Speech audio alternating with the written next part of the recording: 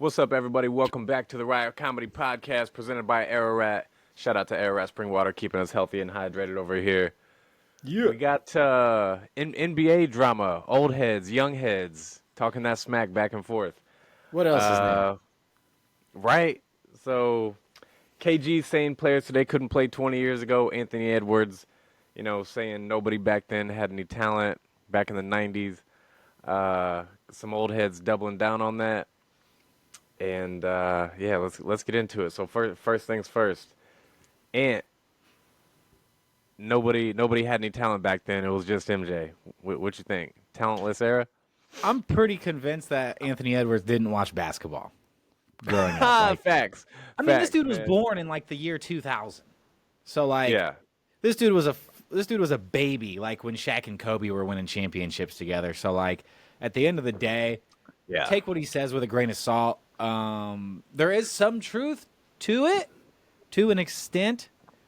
We talked about it before, all-time greats, the all-time greats. Very few come from the 90s. Definitely. Now, there's something to be said for Michael Jordan taking all their championships, and you can't be an all-time great without championships. And then we heard Gilbert Arenas say the same thing. He was like, the athleticism in today's NBA and skill set's much higher than the 90s, which, people want to be like, because he was talking about how Zach LaVine's an athlete, DeMar DeRozan's an athlete, but it's like, Sean Kemp was an athlete. Michael Jordan's an athlete, which he said Michael was not. Scottie Pippen is an athlete. There was lots of guys back then. The cat for the Spurs, what's his name? Dave small Robinson. forward. Oh, Small forward. Sean Elliott. Sean Elliott. Athlete, dude. There was tons of dunking guys jamming the ball hard in the 90s. Hey, let's be real. When you're talking about being an athlete, the 90s dudes, a lot of them are better than today's dudes because they was on steroids. Right. You're telling me there's a better athlete in the NBA right now that since LeBron has passed his athletic prime and he's like an old man now, you're telling me there's a better athlete in the NBA than Karl Malone or David Robinson or Orlando Magic Shaq? Right. So it's a little bit silly to say those kinds of things. Gilbert. Obviously, the skill level has improved, but these dudes today are not better athletes than the dudes in the 90s. They're more skilled, but they ain't any better athletes. They're not better athletes, dude. 40-inch verticals Michael Jordan is still leaps and bounds above everybody in today's NBA when it comes to athleticism. Well, that's what he was saying is Michael Jordan's leaps and bounds, and then you don't have anybody who can even mildly close the gap. Everybody gives Jordan his athletic credit, but tons of athletes, dude. Tons of even in the 80s, dog. Michael Cooper's a freak athlete. Kenny the Jet Smith is 6'2" and won a dunk contest, 6'3", win a dunk contest. There was athletes running around all over the place, dude. You're running telling around me all over the place. There's anybody right now who's a better athlete than Dominic Wilkins? Prime Dominic Wilkins in the late 80s? Yeah, it's and even Magic Johnson gracefully running around a court. There's a level of athleticism that it takes to be 6'9", 6'10", and run around like that. He couldn't jump high, but there's different things that go into athleticism than vertical. You have if you're not athletic, you can't run around gracefully at being huge. It's impossible. It just Joel Embiid can't run around gracefully like Magic Johnson. It's not even possible. So there's a certain level of athleticism that even takes. And then it's just haterism, dude. You saw KG talking about nobody talking about young guys in today's NBA could play in the NBA 20 years ago, and I'm have a hard time believing that Wemby couldn't play. I have a hard time believing that Chet couldn't evolve like Dirk. I have a hard time believing that Anthony Edwards can't go out there and facial a motherfucker, no problem, just like he does now. I think all the stars from all the eras could play in any era. If you're a star, you're a star. Without question. Then, he's talking about not even making a roster. And I get what KG was saying because he was talking about, efficiency. If you do a step-back three-pointer in the early 2000s and you miss that motherfucker, you to the bench. You ass is going to the bench and not playing the rest of the game. Imagine pulling up for a transition three in 2000, 2001. I still hate it. I still think it's fucking stupid. It's still stupid as shit. It doesn't fucking work. It's stupid. It creates long rebounds, and you can't get back on defense. That's neither here nor there. But we watched the Lakers win a championship recently, not doing the exact opposite. So it's definitely possible. But anywho, it's one of those things where it's motherfuckers be haters, dog. And he was talking about not even making a roster. a lot of cats in the early, like there's lots of cats in the late 90s, early 2000s that were riding the bench that wouldn't be in the league today because the game has evolved to the European players coming over, taking roster spots, all those things. Like Trae Young could play in the early 2000s. Like if Steve Nash can fucking play, Trae Young can fucking play. Absolutely. So it's just one of those things where, I think there's a lot of haterism going wrong now. We talked about this. Like the early 2000s is the best genre of basketball. Like 2000 to 2002, if you took a 1-2 year window, Absolutely. nobody's beating that fucking squad. Like the only squad that could compete would probably be the 80s. If you took like that 80 to 82, maybe.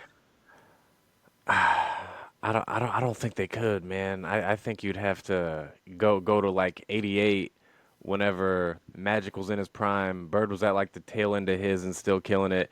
MJ was entering his. Hakeem, I think you'd have to go to a squad like that to compete with like a 2002 right NBA super squad. That's the team is like 2002, and nobody is gonna beat them. Well, it's funny because Gilbert Arenas was talking about, he's like, well, Michael Jordan never even played against the top 5 shooting guard ever.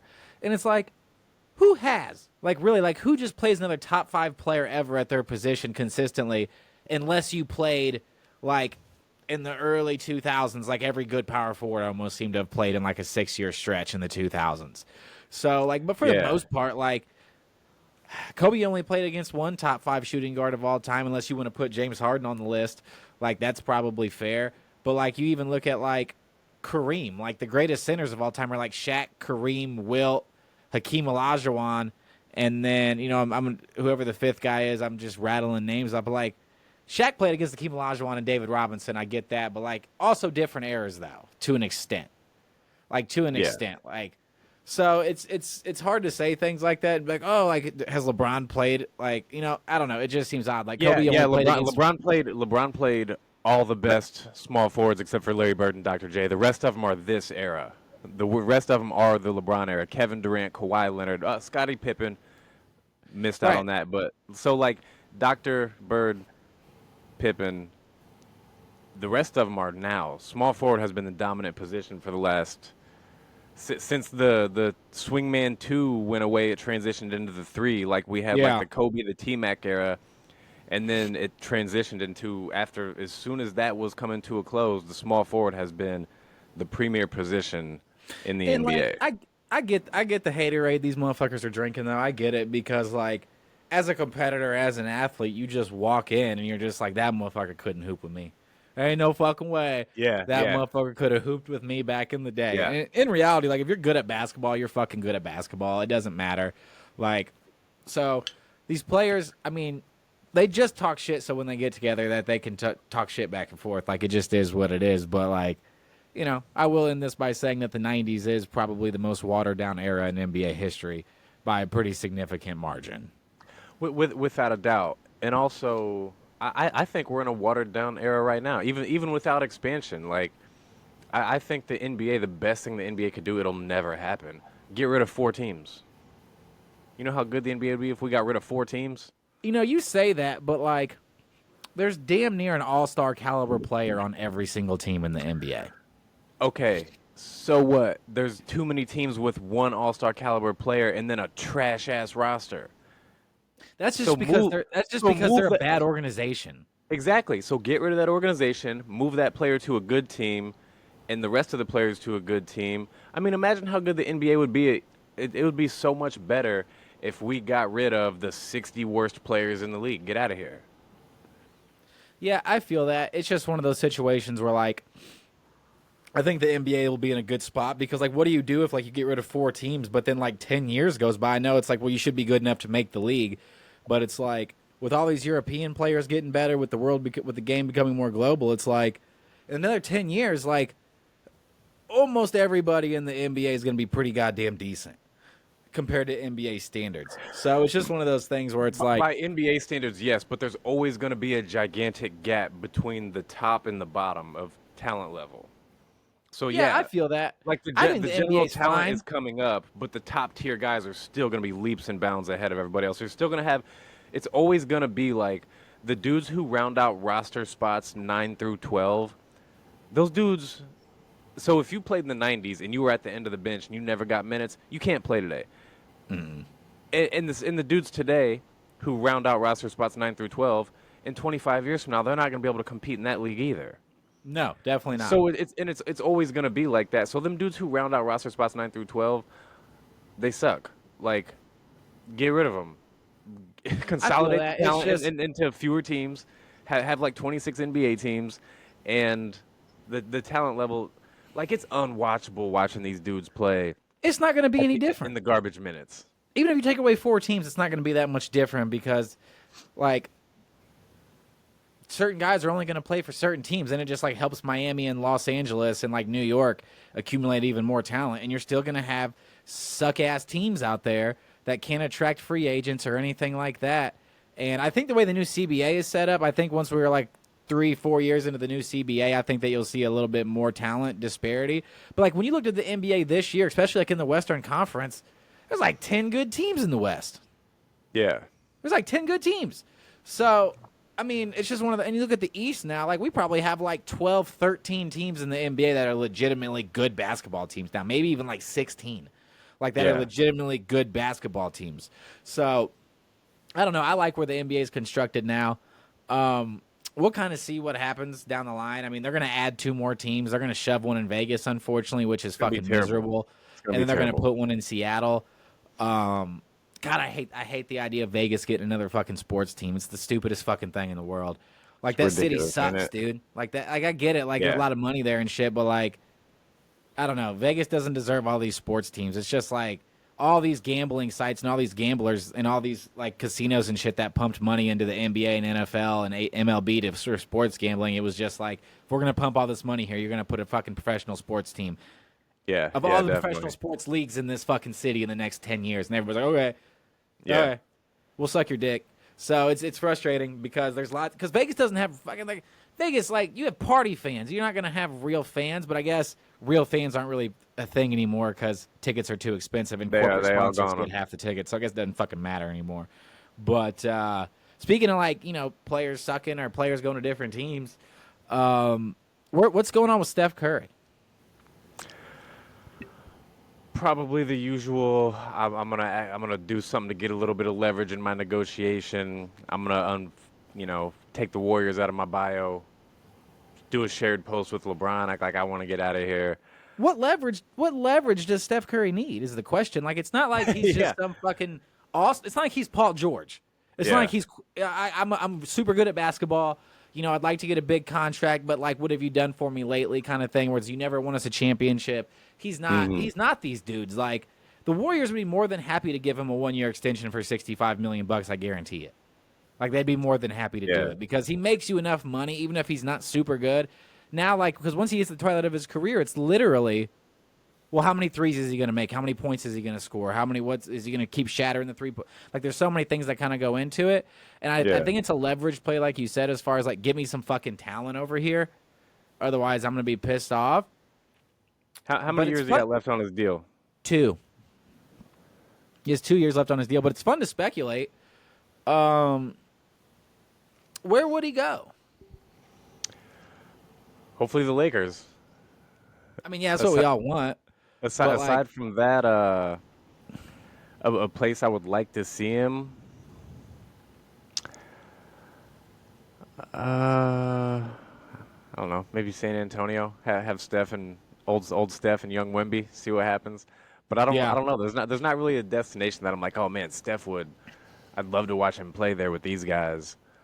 I wouldn't mind to see him in Denver. With Joker. Denver would be very entertaining. That'd be fun. A serious problem for the league. I mean, the rumor mills floating around are like Steph doesn't want to play for a bummy fucking franchise at the twilight of his career. Yeah, and I get that. You know, it's kind of because the Warriors are just in limbo. They're one of the worst ran teams in basketball over the last 3 years. It's been a disaster since they don't make any like nothing they do makes sense. Like, no, you lose your talent for nothing. You don't trade away young guys to get better. You gave a bunch of fucking money to Andrew Wiggins. I know it was after a championship, but, like, he can't be trusted to actually go out there and perform night in, night out and try his fucking hardest. Like, it's not, he can't be trusted. Yeah, definitely. I know he's had some personal issues off the court, and I feel bad for the guy and shit. Some of the things that have happened, but like you can't. We saw it in Minnesota. We saw it in like he can't be trusted to go out there and be the guy. You gave Jordan Poole a fuck ton of money, and then you had to ship out Jordan Poole to take on one of the worst contracts in basketball, and Chris Paul, and you still didn't even trade that guy at the trade deadline and try to get anything for him when you knew you weren't very good, and you didn't trade Klay Thompson when you knew you weren't very good. You gave Draymond Green $100 million when you know he's not very good. Like, and now Jonathan Kuminga wants a max contract, and he almost has you by the asshole because you didn't trade him for anything.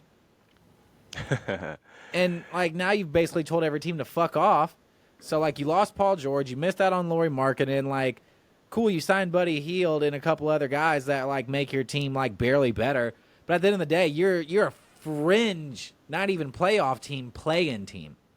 Yeah, definitely. So it's been an absolute disaster. They ran that team into the ground so quick. It's like they won a 4th championship, and then they're like, all right, let's suck ass now and fucking just destroy this team piece by piece.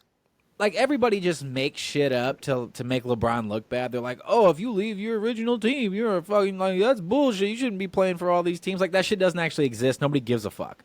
Nobody cares that Kawhi Leonard's on his 3rd basketball team. Everybody just says Kawhi Leonard, Defensive Player of the Year, 2-time Finals MVP, legend. Like, that's all they fucking say about him. It's all they say about LeBron, too. Nobody's ever like, well, fuck, if LeBron wouldn't have went to all these teams, like, I'd put him in the top 2. No, LeBron's still in the top 2. The only people that don't put LeBron James in their top 2 are pure fucking haters. Like, you can't have more points, rebounds, steals, assists, and blocks than other basketball players, and they're better than you. It doesn't work that way. I'm sorry. It doesn't fucking work that way. So everybody knows that it doesn't fucking matter how many teams you play for. And, Steph, you have 4 championships there. You don't owe them shit. So, at the end of the day, you should go somewhere else because what the fuck else what are you playing for now? Like, you're not – what are you playing for, the 3-point record? For sure. Got that. I already got that, motherfucker. I ain't going to score 30,000 points. That's never going to happen. Yeah. So, like, are you playing for a play-in spot for the 3rd year in a row? Is that what we're playing for? Like, how, like, eventually, when does it fucking get old? When does this shit just get old to just walk into the season being like, another one of these fucking years, huh? Yeah, definitely. Another year of not playing with any All-Stars. That shit's hard to stay motivated at the end of your career whenever you are in that position and you're like, damn, like what am I playing for? Well, just it's money? different also, like, when you're young and it's like, well, I only got to be in the gym 2 hours a day. Yeah. But when you're fucking old, and I got to spend 5-6 hours a day between rehabbing my body and working out. At some point, it's just this shit ain't worth it. Right. And if you're Steph, like, you don't need any more money. You have infinite. You have infinite money. You're going to keep making infinite money. I think he got a lifetime deal from Under Armour also. He did. So it's like. And you know, like, when he signed with Under Armour, he probably got a sweet fucking equity deal in Under Armour. That shit's probably worth a bunch of money. I don't know. He's got his own brand underneath it. He's got Curry brand underneath of Under Armour like Jordan does with Nike. Right, and I'd be willing to bet that if you looked up Steph Curry's net worth, I don't know what it is, but it's probably $300 million. So it's not like he's playing for money. Gotta be. His family's rich forever. So at what point is it just like, dude, send me somewhere else? I don't want to fucking be here. Because, like, if you're Steph Curry, you could suck soon. It takes one ankle injury. It takes one rotator cuff injury. It takes one... Dude, you fucking even break... You even, like, crack a rib. You're like, fuck. This is 3-month injury now when it used to be 3 weeks. Yeah. So, like, at what point is it just... I just want to do something else. I just want to go play with better players. I just want something better because at the end of the day, like, the only thing that would have kept Steph Curry and the Warriors, even if they weren't super good, is if the big three stay together. Like, if he's like, fuck it, I'll ride out these twilight years with Draymond and Klay. Yeah. I'll suck with y'all. We sucked at the beginning. You know, we'll suck at the end, and we'll win our 4 championships and move on. Like, fuck it, who even cares? Yeah, but now, like, Klay's not even there, and are you just going to watch Klay go to a Western Conference Finals? Better go to Minnesota. Better go to Minnesota and stop him. The only thing they can trade for him is Rudy Gobert, and good fucking luck getting that done. Good fucking luck getting that done. That would be awesome, though. That would be awesome. If there's a dumbass franchise that'll make a stupid move, it's the Warriors. You might be able to dupe these fools into doing some dumb shit like this. You bring in another team, do a 3-way trade, whatever it takes. The Warriors are running their team into the ground, so it's like you might be able to talk them into take Rudy. The money's probably close. It'll take like another quick piece to make it happen. And then you can keep sucking and tank and try to get a number 1 pick and waste it on somebody who's not going to be in the league in 3 years. Is if you could get like 2 first-round picks, couple first-round pick swaps in Rudy Gobert, you know you're going to suck. Yeah. Yeah, you might as well get in the Cooper Flag sweepstakes. You might as well if you're the Warriors, in all reality. Yeah. Because you'll get assets for Draymond. Like, somebody will give you a first-round pick and a first-round pick swap for Draymond. He's too valuable for a winning franchise. He understands the game of basketball. And a first-round pick swap? I don't know about all that, man. Draymond's old, and that dude, I don't want him on my team no more. I do, man. I'd fucking take him in a heartbeat, dog. If he's your fourth best player, we're good. I need him to be like my sixth best player. But especially if you're a team, like, let's say you're a team that's really good, but you don't really have really good point guard play. Like, all right, dope. We have Draymond Green now. Where he can help orchestrate this offense at the top of the key. Like, that's awesome. And, like, especially if you're a team like Memphis, who could use a Draymond Green, or if you're a team that's Memphis pretty goddamn good, Green. and your first round picks don't even matter because it's the 25th pick every year, I think it's worth the risk if you think that you're a title contender. Like, if you're Philly, whatever you got left in the war chest is worth the risk for Draymond Green. Philly could definitely use Draymond. He would actually be a really, really good fit there. It'd be perfect. It'd be absolutely perfect. That happen. Make it happen, I don't even Philly. know how they. I mean, it couldn't be that hard to make the money work, but I know like they're on the second tax apron. There's so many weird things that go into it. But like, even if you were Orlando, you could use Draymond Green with a little bit of grit. I mean, I don't see anybody on that team who is willing to kick somebody in the dick for a championship. So like, that makes sense. I mean, if you're the Warriors, you could really probably escape with Draymond Green and Steph Curry. If you traded them, you could probably get 3 first-round picks, two pick swaps, and like start clearing your books a little bit and getting this Cooper Flag sweepstakes because getting rebuild mode. And getting rebuild mode, dude. Getting fucking rebuild mode. It doesn't make sense to be a fringe fucking. Because I saw this. This is how dumb fucking people are. So I was reading this article, and it was like trades that teams can make to make them contenders. And it was like if the Warriors get Clint Capella, they could enter with now if they got Buddy Hield and Steph Curry. Like if the Warriors get Clint Capella, they're 2 wins better. There's not a trade that the Warriors can make. Ain't nothing they can do. There's not a trade at this point the Warriors can make. Not only not be a contender, but to be a guaranteed top 4 seed. There's not a trade that they can make unless they just magically get LeBron or they magically get Anthony Davis or magically get Joker. But none of that shit's fucking happening. Realistic trade options, there's not a single fucking thing that they can do besides suck dick. That's all they can do. Yeah. All the players who are good enough to make them contenders ain't going nowhere. Your best bet would be Jimmy Butler, and that's because the Heat are like, we're not paying him. Yeah. But Pat Riley's the kind of guy that I'd rather be good this year and lose Jimmy Butler for nothing and see if we can win it all. You can't. That ain't gonna happen. You better trade that fool if that's your plan. But that's Pat Riley's style. That is Pat Riley's style. So I mean, like you gotta look at who's owning these teams. I mean, who's running these teams and shit too. But like, Steph, please leave. I want to watch you play in the playoffs again. Yeah, same. Get out of there. Like y'all lost in the play-in tournament. Go to any good team. I don't care. Like, even if Jonathan Kuminga takes a step forward and starts giving you 25 points a night, you guys still aren't any good. Yeah. You're not good enough. Nah. You're not good enough. So it's over. At the end of the day, this is the cycle of a sports franchise with a star. So just go home go somewhere else before you got to go home so that you can, Yeah. I mean, I do understand, like, if you want to be a Warrior forever, I get that. There's something cool about playing for one team your whole career. I mean, I don't even know what it is. What's cool about it? What's cool about being Dirk Nowitzki in the last 4 years of your career being a complete and total fucking wash? Well, that's different. Dirk has 1 championship, but Kobe, the last fucking 4 years of his stint with the Lakers, they were trash. That's because he made so much money and wasn't very good and nobody wanted him. But fucking Kobe asked out of L.A. Kobe thought he was going to play for the Bulls. Kobe was convinced he was playing for the Bulls. Him and his wife were looking at schools there to send their kids. Yeah, but that was in the middle of his career when he only had 3 championships. That was before he won again. But with that contract they gave Kobe at the end of his career, nobody was going to give him that. It was just like, here you go. Here. And everybody's like, fuck, can't believe they did that. And like the last 4 years of his career, he was just injury riddled and it didn't matter. Like if you're Steph, you're still good.